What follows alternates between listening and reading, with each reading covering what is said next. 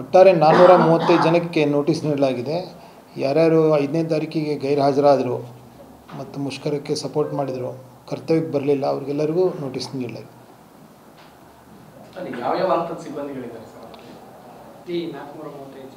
ಇದರಲ್ಲಿ ಎಲ್ಲರೂ ಬಂದರು. 435ರಲ್ಲಿ ಅವರು ಚಾಲಕನ ನಿರ್ವಾಹಕ ಆಗಲಿ, ತಾಂತ್ರಿಕ ಆಗಲಿ, ಆಡಳಿತ ಸಿಬ್ಬಂದಿ ಆಗಲಿ, ಸೂಪರ್ವೈಸರ್ಸ್ ಆಗಲಿ, ಸೊ ಒಟ್ಟಾರೆ ವಿಭಾಗದಲ್ಲಿ ಯಾರ್ಯಾರು ಗೈರುಹಾಜರಾಗಿ ಮತ್ತು ಈ ಮುಷ್ಕರ ದಿನ ಕರ್ತವ್ಯಕ್ಕೆ ಬಂದಿಲ್ಲ ಅವರಿಗೆಲ್ಲರಿಗೂ ನೋಟಿಸ್ ಕೊಟ್ಟಿದೆ. ಈ ನೋಟಿಸಲ್ಲಿ ಅದೇ ಅವರು ಇದು ಮುಷ್ಕರ ಮೊದಲೇ ಕಾನೂನು ಬಾಹಿರ ಅಂತ ಆಗಿತ್ತು. ಆಮೇಲೆ ನಮ್ಮದು ಎಸ್ಮಾ ಕಾಯ್ದೆನೂ ಇದೆ ಅದರಲ್ಲಿ. ಮತ್ತು ಇದು ಹಿಂದಿನ ದಿವಸ ಕೋರ್ಟ್ನಲ್ಲಿ ಇದು ಒಂದು ದಿವಸ ಮುಂದೂಡಂತ ಹೇಳಿದ್ರು, ಈ ರಿಟ್ ಪಿಟಿಷನ್ ಹಾಕಿದ್ರು ಒಬ್ಬರು.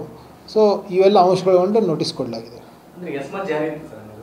ಹೌದು ಸರ್, ಟೋಟಲ್ ಎಷ್ಟು ಜನ ಸಿಬ್ಬಂದಿಗಳಿದ್ದಾರೆ ಸರ್ ವಿಭಾಗ ವ್ಯಾಪ್ತಿಯಲ್ಲಿ?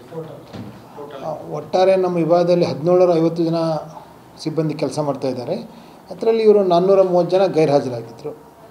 ಮುಷ್ಕರಕ್ಕೆ ಕರೆ ನೀಡಿ ಇವರು ಕರ್ತವ್ಯಕ್ಕೆ ಬಂದಿಲ್ಲ. ಇವರಿಗೆ ನಾವು ನೋಟಿಸ್ ಕೊಟ್ಟಿದ್ದೀವಿ.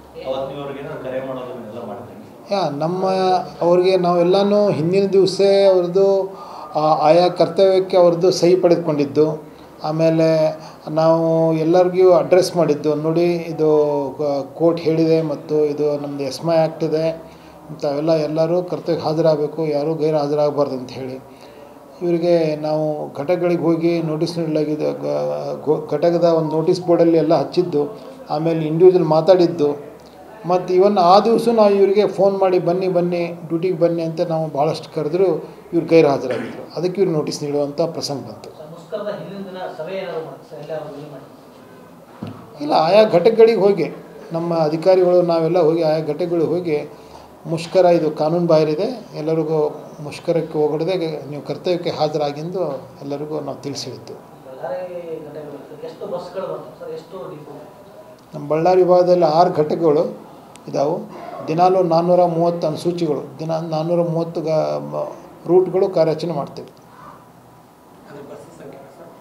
ಬಸ್ಸಸ್